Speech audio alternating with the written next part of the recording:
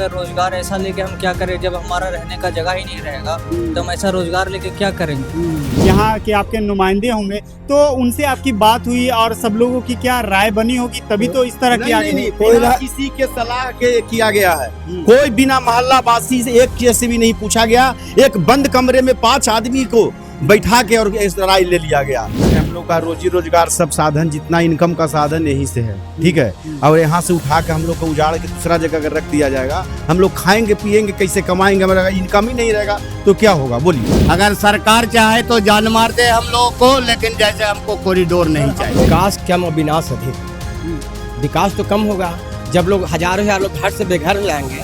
सरकार पहले की इसके पहले जनगणना या किसी तरह की इंक्वायरी की कि कितना लोग बसे हैं, इन लोग कहाँ जाएंगे, इन लोग का रोजी रोटी मकान का क्या सवाल होगा, तो सरकार कहीं पूछी नहीं। लोग व्याकुल है कहाँ जाएंगे, घर परिवार, जनानी परिवार जिसको घर में लोग कई दिन से खाया नहीं है, सो नहीं रहा है, चिंता से व्याकुल है कि हम कहाँ जाएं। देखिए हमारी अभी मौजूदगी गया जी के मंदिर परिसर विष्णुपद ये मंदिर है और यहाँ के बताया गया है कि कॉरिडोर को लेकर के आज यहाँ प्रेस कॉन्फ्रेंस भी किया गया था और इसका विरोध भी जताया गया। पहले कुछ तथ्य हैं जो मैं आपके सामने रखूंगा। विष्णुपद मंदिर के लिए 2390 करोड़ की लागत से यहाँ एक भव्य कॉरिडोर बनाया जाएगा जो विश्वनाथ कॉरिडोर के तर्ज पर बनेगा। 108 फीट ऊंची भगवान विष्णु की प्रतिमा बनाई जाएगी। विष्णु मंदिर से सीता कुंड तक विकास किया जाएगा, ऐसा ये जो है वो बताया गया है। साथ ही बताया गया कि पर्यटन को बढ़ावा दिया जाएगा और यहाँ से बोध गया मंदिर तक विकास की बात कही गई है। उससे पहले आपको बता दें कि यहाँ 1 मई को नए मुख्यमंत्री सम्राट चौधरी जी का भी आगमन हुआ है। हम अभी यहाँ कैमरा साथी से कहेंगे कि दिखाइए कि चारों तरफ जो है वो लोग हैं और उनसे आम जन है, उनसे हम जानेंगे कि यहाँ कॉरिडोर को लेकर के कुछ घर जो है वो चिन्हित किए गए हैं और उसका विरोध जताया जा रहा है। इनका कहना है कि अगर कॉरिडोर विकास होगा, यहाँ कॉरिडोर बनाया जाता है तो हमें जो है वो घर से क्यों निकालने की एक षड्यंत्र है। संस्कृति पे जो है वो एक तरह का दबाव है, हमारी कल्चर को ठेस पहुंचने का जो है वो संकेत दिया जा रहा है। क्या कुछ कहेंगे, क्यों विरोध जता रहे हैं आप लोग? विरोध इसलिए जता रहे हैं कि हम लोग जाएंगे कहाँ। हाँ। ये उत्तर साइड जो है विष्णुपद मंदिर से काफी काफी लोग का जनसंख्या है, काफी नहीं बहुत काफी। इसमें हम लोग और दक्षिण साइड में बिहार गवर्नमेंट का जगह खाली है तो वहाँ भी जो भी डेवलप करना चाहिए।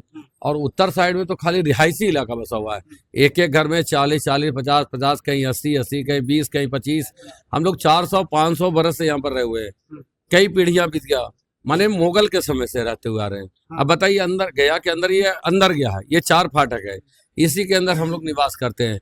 इसमें हम लोग पंडा समाज हैं, गैर पे पंडा है, बहुत सारे कास्ट बसे हुए हैं और किसी से भी आप पूछ सकते हैं, कोई नहीं चाहता है, कोई नहीं चाहता है। तो यहाँ सभी समाज के लोग रहते हैं और सब लोग विरोध कर रहे हैं।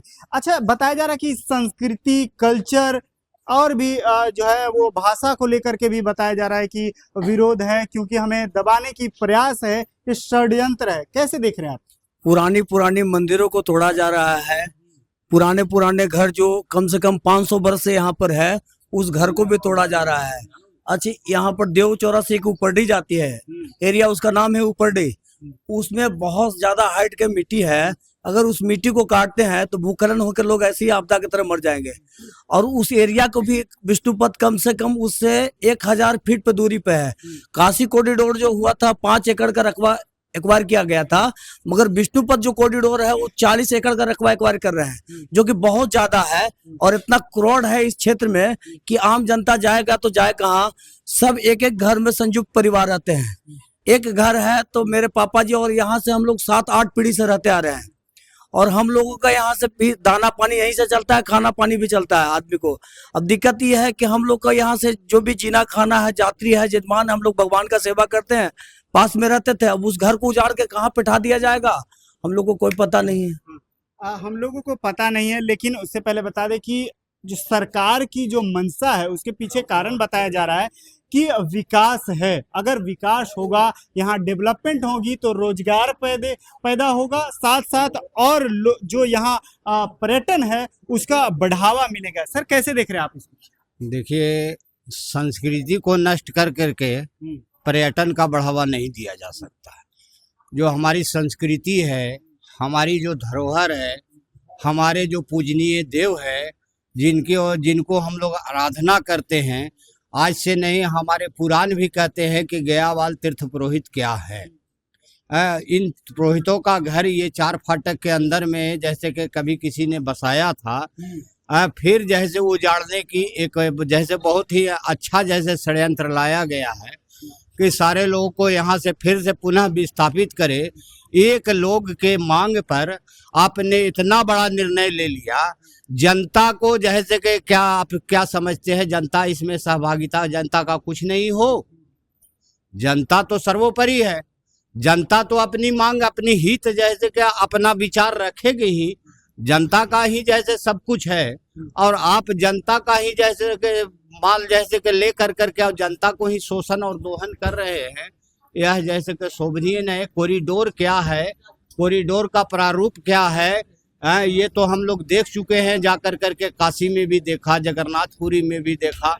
किन लोगों को जैसे आफत से गुजरना पड़ा, वहाँ के स्थानीय लोग बहुत विचलित हुए। उनके कितने परिवार जैसे कि चले गए, विस्थापित हो गए। क्या आप लोग भी चाहते हैं कि हम लोग भी विस्थापित हो जाएं?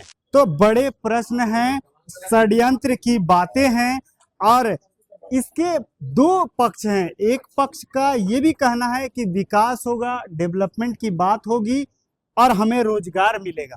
आप कैसे देख रहे हैं? विकास कम और विनाश अधिक। विकास तो कम होगा जब लोग हजारों लोग घर से बेघर रहेंगे। सरकार पहले की इसके पहले जनगणना चाहे किसी तरह की इंक्वायरी की कि कितना लोग बसे हैं, इन लोग कहाँ जाएंगे, इन लोग का रोजी रोटी मकान का क्या सवाल होगा, ये तो सरकार कहीं पूछी नहीं। कभी इंक्वायरी एक बैग सभी को नोटिस चिन्हा किया जा रहा है, मैप बनाया जा रहा है और जो लंबी दूरी करके दिया जाए। जो प्राचीन हम लोग का मोहल्ला था जैसे देवघाट, उपरडी, करसिल्ली, प्राचीन मोहल्ला को छोड़ दिया जा रहा है। लखनपुरा जो जिधर खाली जमीन पड़ा हुआ था उधर नहीं ले रहे हैं, ले कहाँ रहे हैं तो देवघाट तो पड्डी मोहल्ला को ले रहे हैं। इससे क्या है, करसिल्ली, इससे क्या है, लोग में बहुत उत्क्रोश भावना है। लोग व्याकुल है, कहाँ जाएं। घर परिवार, जनानी परिवार, जिसको घर में लोग कई दिन से खाया नहीं है, सो नहीं रहा है, चिंता से व्याकुल है कि हम कहाँ जाएं। अच्छा देखिए, हमारे साथ युवा है। आप इस ये जो पूरा प्रक्रिया है इसको आप कैसे देख रहे हैं? रोजगार का अवसर तलाश रहे हैं या लग रहा है कि आपको और बेघर कर दिया जाएगा?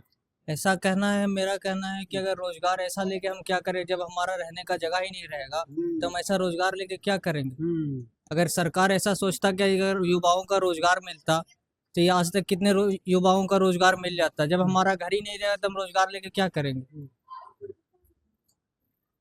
आप काफी दुखी हैं। आपको लगता है कि इस तरह के प्रोसेस यानी कि कॉरिडोर बनाने से पहले घर दिया जाना चाहिए, पहले उसके लिए बताया जाना चाहिए, नोटिस प्रक्रिया पूरी होनी चाहिए, उसके बाद एक सबकी राय मशवरे के बाद आगे बढ़ना चाहिए?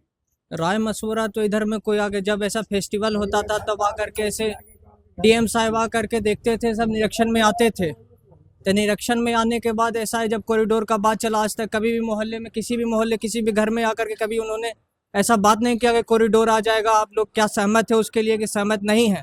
ऐसा किसी भी मोहल्ले वासी से पूछा नहीं गया है अभी तक। देखिए, और भी लोग हैं, अगर आप बोलना चाहें, क्या लग रहा है आपको, कैसे देख रहे हैं इस समस्या को, कैसे देख रहे हैं? हम लोग का रोजी रोजगार सब साधन, जितना इनकम का साधन यहीं से है, ठीक है। और यहाँ से उठा के हम लोग को उजाड़ के दूसरा जगह अगर रख दिया जाएगा, हम लोग खाएंगे पिएंगे कैसे, कमाएंगे? हमारा इनकम ही नहीं रहेगा तो क्या होगा बोलिए? यहीं से हम लोग के रोजी रोजगार, घर द्वार, सब बाल बच्चा जितना खा रहा है पी रहा है कर रहे हैं। और घर द्वार, बिजनेस भी है, दुकान भी है, मकान भी है, सब यहीं से है। अब यही सब उजाड़ दिया जाएगा तो हम लोग फिर क्या जाएंगे, कहाँ जाएंगे? दूसरा जगह हम लोग को दे दिया भी जाएगा, अगर मकान आवास भी दिया जाएगा तो उसमें हम लोग की इनकम ही नहीं है। हम लोग क्या करेंगे? मकान भी अगर मिल जाएगा, जमीन भी मिल जाएगा तो हम लोग की बिजनेस कहाँ जाएगा? अच्छा ये बताइए कि यहाँ के जनप्रतिनिधि होंगे, यहाँ के आपके नुमाइंदे होंगे, तो उनसे आपकी बात हुई और सब लोगों की क्या राय बनी होगी, तभी तो इस तरह किया गया। बिना किसी के सलाह के किया गया है।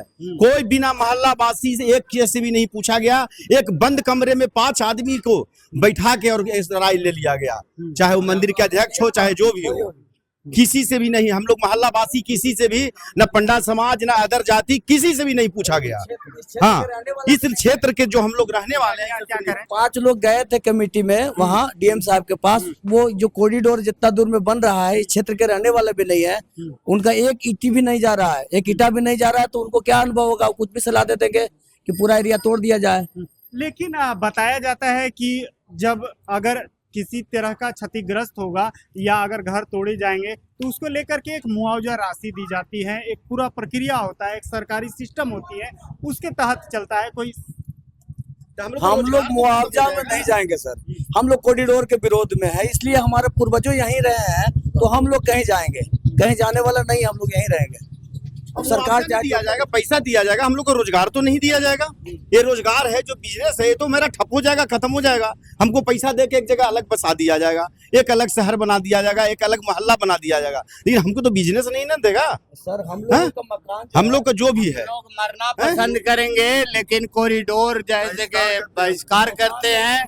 अगर सरकार चाहे तो जान मार दे हम लोगों को, लेकिन जैसे हमको कॉरिडोर नहीं चाहिए। पूर्वजों का बनाया हुआ मकान है। विकास के लिए होता है। कुछ जो पक्ष में लोग हैं वो उनका ये कहना है कि कॉरिडोर के विरोध करने वाले लोग विकास के विरोधी हैं। नहीं, कोई विकास के हम लोग विरोधी नहीं है, हम लोग सदैव विकास के पक्षधर रहे हैं, लेकिन कॉरिडोर से काफी नुकसान होगी। इस नुकसान को देखते हुए हम कॉरिडोर के विरोध में आज से नहीं, हम कई मीटिंग में डीएम के यहाँ जा चुके हैं, हमारा स्टैंड साफ रहा है। हम कॉरिडोर का सदैव विरोध किए हैं और आगे भी जैसे विरोध करेंगे। हमारे जनता काफी हैं। कितने लोग लग रहा है कि इससे प्रभावित होंगे? कितने लोग, कितने बच्चे, कितने परिवार? कम से कम 5000 से ज्यादा लोग प्रभावित होंगे, और बच्चे को अगर गिना जाएगा तो कम से कम 10,000 से ऊपर चले जाएंगे। इतने लोग प्रभावित हो जाएंगे। प्रभावित एक मकान में 10 परिवार संयुक्त रूप से हम लोग रहते हैं, वो 10 परिवार कहाँ लेकर करके हम जाएंगे? हमारे सामने ये परिस्थिति उत्पन्न हो गई है। जो जिन्होंने मांग किया है वो जैसे कि किसी पार्टी के दलाल हैं, जिसमें मैं बता देता हूँ, उनका नाम भी स्पष्ट कर देता हूँ। एक मनीलाल बारिक है और दूसरा शंभूलाल बिट्ठल है, जो मंदिर के प्रबंधक कारिणी के अध्यक्ष है। ये प्योर दलाल है किसी पार्टी के, ये समाज विरोधी गतिविधि लेकर के चले हैं, और सदैव इनका समाज विरोधी गतिविधि आज से नहीं, हम लोग इसका भुक्तभोगी पूर्व में भी रहे हैं और आज भी भुक्तभोगी बने हुए हैं। अच्छा, और कोई अपना राय रखना चाहते हैं, आप बात करना चाहते हैं, युवा हैं, किस तरह से देख रहे हैं इसको? क्योंकि पहली बात तो यह कॉरिडोर जो है, हमारे नॉलेज में यह आया था कि इसका नवीकरण करना। कॉरिडोर का मतलब है कि हमारे संस्कृति को खत्म कर देना था। कॉरिडोर उसमें बताया गया कि 108 फीट की विष्णु भगवान की जो है वो मूर्ति बनाई जाएगी, अगर मैं सही बोल रहा हूँ। जिस जगह पे मूर्ति बन रही है उस जगह की बात ये लगे, जहाँ पे ये कॉरिडोर का निर्माण हो रहा है उस जगह पे अनेकों मकानों को तोड़ा जाएगा, लोग मकान से बेघर हो जाएंगे, तो उसकी भी व्यवस्था सरकार ने कहाँ की है? लोग रोड पर रहेंगे। सरकार से यह पूछना है कि लोग रहेंगे कहाँ? रोड पर तो नहीं रहेंगे ना। जो मकान है उस मकान को छोड़कर लोग कहाँ जाएंगे? तो उसकी व्यवस्था भी सरकार करेगी ना। तो लोग अगर घर तोड़ा जाता है, जो घर चिन्हित किया गया है, तो तकरीबन जो यहाँ बताए जा रहे हैं कि 5000 परिवार परेशान होंगे, बेघर हो जाएंगे, या उससे भी ज्यादा की संख्या बताई जा रही है। अब सोचने वाली बात यह होगी कि किसी को बेघर करके कौन से विकास किए जाएंगे। प्रश्न यह भी बनता है कि जो विकास के पक्षधर हैं वो भी सवाल खड़े कर रहे हैं। पूरी बातचीत को कैसे देखते हैं आप? कमेंट बॉक्स में राय अपनी जरूर दें। तमाम खबरों के लिए देखते रहें शूर बिहार।